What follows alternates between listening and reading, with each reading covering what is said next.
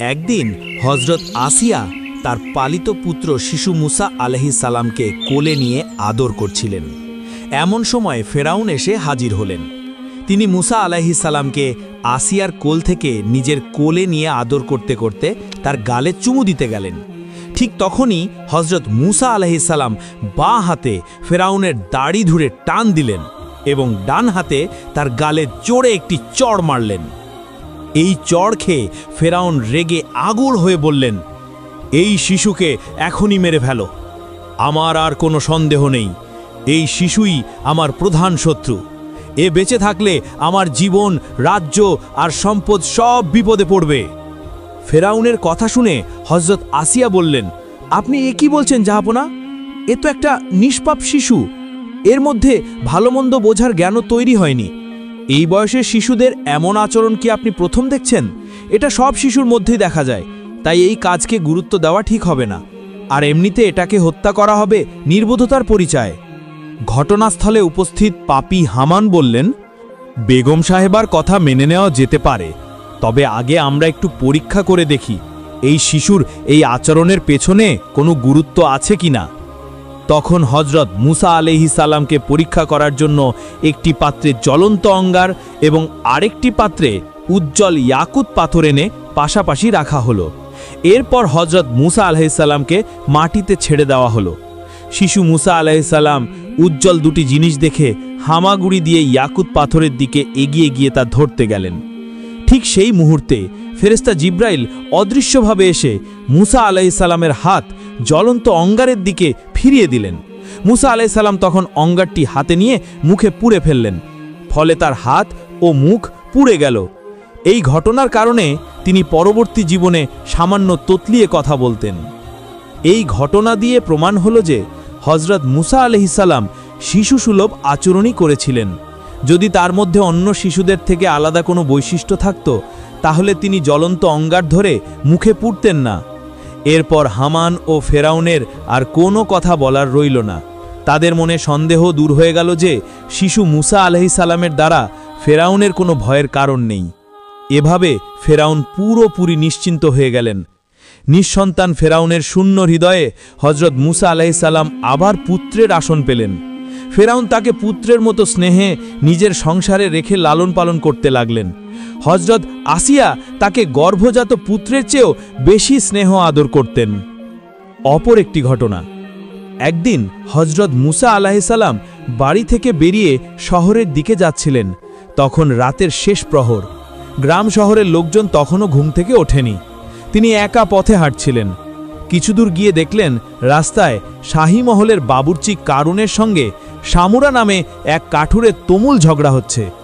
কারুন ছিল কিপ্তি বংশের, তাই তার সাহস ও মনোবল বেশি ছিল। অন্যদিকে শামুরা ছিল বনি ইসরাইল সম্প্রদায়ের, তাই তার অবস্থা দুর্বল ছিল। শামুরা জঙ্গল থেকে কাঠ কেটে বাজারে বিক্রি করতে যাচ্ছিল। কারুন তার কাঠের বোঝা বিনা পয়সায় জোর করে নিতে চাইছিল। এ নিয়ে তাদের মধ্যে ঝগড়া বেঁধে গেল। কারুন কিপ্তি বংশের হওয়ায় কিছুতেই পিছু হটল না। শামুরা বনি ইসরাইলের হলেও তার পরিশ্রমের কাঠ কারুনের হাতে তুলে দিতে রাজি হলো না। কারণ তাকে দু একটা চড় থাপ্পড়ও দিল, কিন্তু শামুরা কাঠের বোঝা শক্ত করে ধরে রাখল। কারণ তা ছিনিয়ে নেওয়ার জন্য জোর চালাচ্ছিল। এমন সময় হজরত মুসা আলাইহিস সালাম সেখানে পৌঁছে গেলেন। দুর্বল শামুরা ঘটনাটা বলে তার কাছে সাহায্য চাইল। হজরত মুসা আলাইহিস সালাম ঘটনা শুনে কারুনকে তার এই অন্যায় থেকে বিরত থাকতে বললেন, কিন্তু কারুন তার কথায় কান না দিয়ে জোর চালাতে থাকল। তখন হজরত মুসা আলাইহিস সালাম রাগ সামলাতে না পেরে কারুনকে একটি ঘুষি মারলেন। আল্লাহর ইচ্ছায় সেই ঘুষিতেই কারুন মারা গেল। অনিচ্ছাকৃত এই ঘটনার পর হজরত মুসা আলাইহিস সালাম শামুরাকে বললেন, তুমি তোমার কাঠ নিয়ে তাড়াতাড়ি এখান থেকে চলে যাও, লোকজন এখনো বের হয়নি। কিপ্তিরা এসে তোমাকে দেখলে তুমি তাদের হাত থেকে রক্ষা পাবে না। এই কথা বলে তিনি সেখান থেকে চলে গেলেন। তারপর আল্লাহর দরবারে হাত তুলে মোনাজাত করলেন, হে আল্লাহ, আমি তোমার কাছে বড় অন্যায় করে ফেলেছি। তুমি সব জানো। আমি এই লোকটিকে হত্যা করতে চাইনি, তবু সে মারা গেল। তুমি তোমার কৃপায় আমার এই অপরাধ ক্ষমা করো।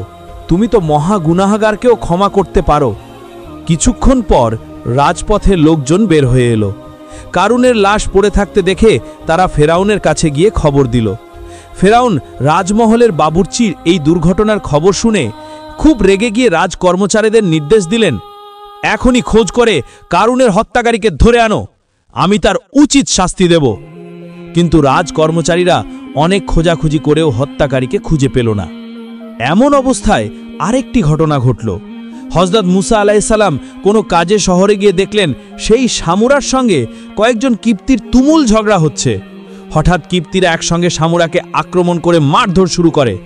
সামুরা হযরত মুসা আলাইহিস সালামকে দেখে আগের দিনের মতো সাহায্য চাইল, কিন্তু এবার মুসা আলাইহিস সালামের তার প্রতি মোটেও দয়া হলো না। তিনি বুঝলেন এই ঝগড়ার জন্য সামুরাই দায়ী। তাই তিনি তার উপর রেগে গিয়ে বললেন, লোকের সঙ্গে তোমার বারবার ঝগড়া হয় কেন? মনে হচ্ছে তোমার স্বভাব মোটেই ভালো না। হযরত মুসা আলাইহিস সালামের এই রাগান্বিত কথা শুনে সামুরা ভয়ে অস্থির হয়ে বলে ফেলল, আপনি কি সেদিন যেভাবে বাবুর্চি কারুনকে হত্যা করেছিলেন সেভাবে আমাকেও হত্যা করতে চান?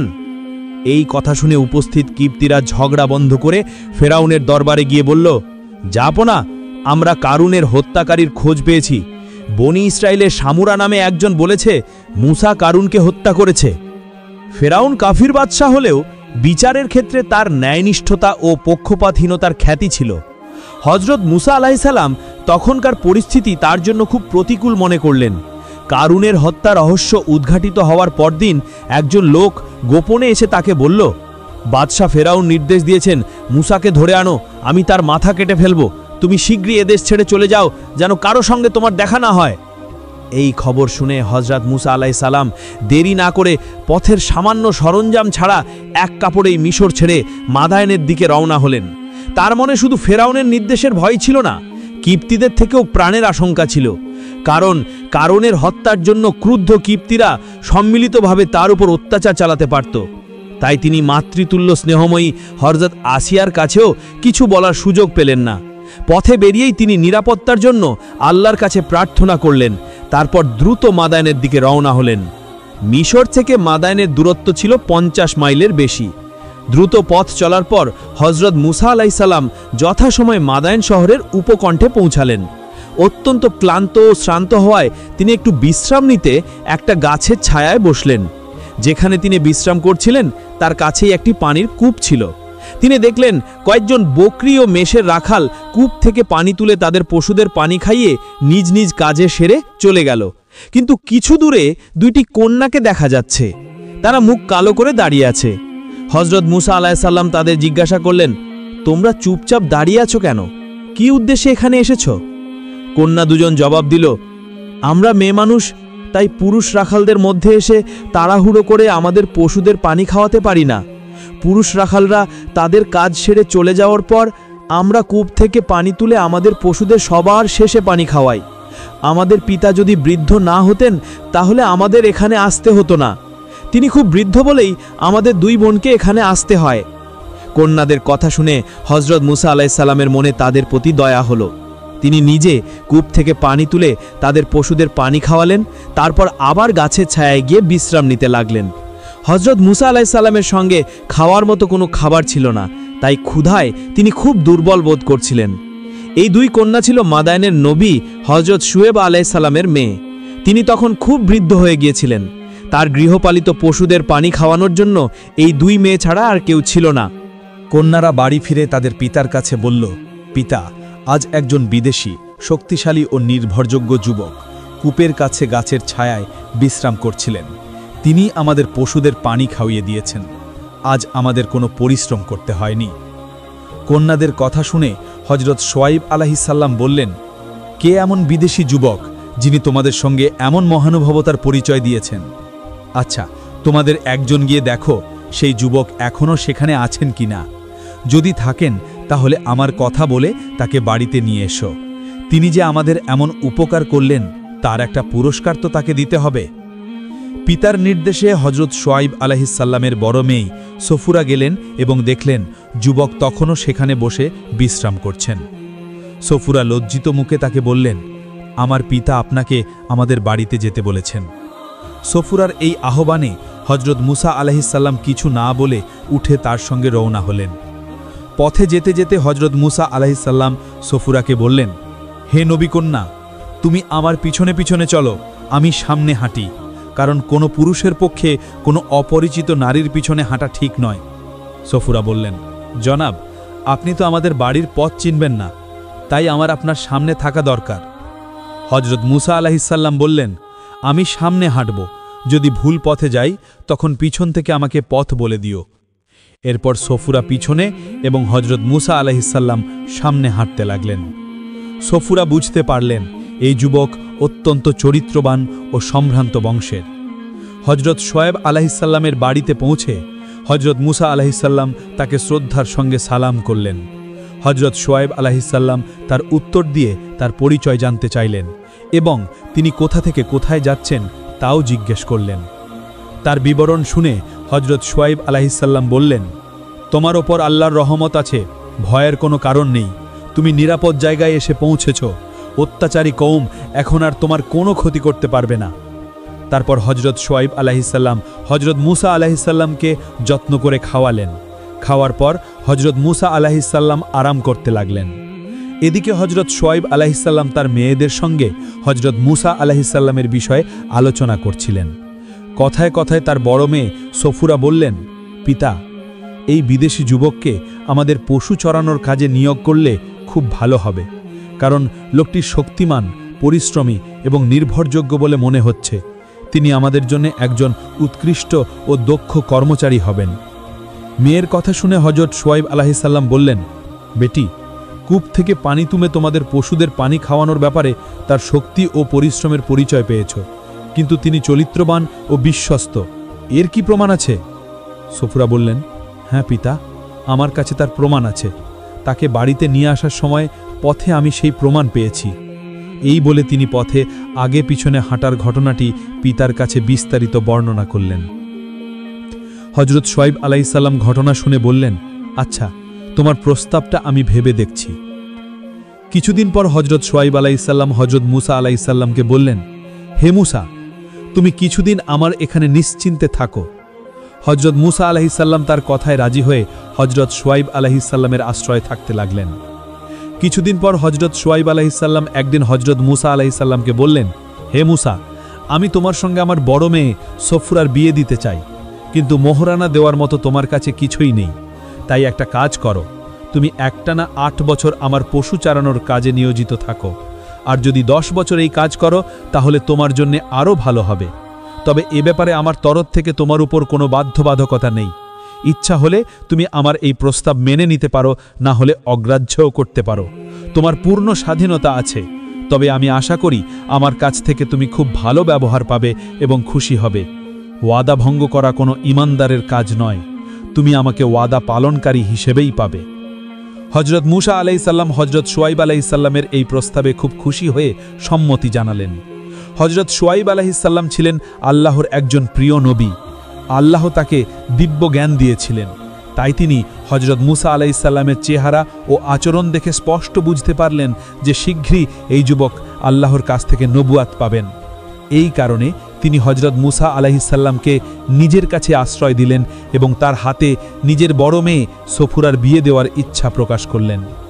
হজরত মুসা আলাইহিসসালাম যখন হজরত শোয়েব আলাইহিসসালামের প্রস্তাবে রাজি হলেন, তখন আর অযথা দেরি না করে হজরত শোয়েব আলাইহিসসালাম হজরত মুসা আলাইহিসসালামের কাছ থেকে 8 বছরের চাকরির একটি চুক্তিপত্র লিখিয়ে নিয়ে তার বড় মেয়ে সফুরার সঙ্গে তার বিয়ে দিলেন।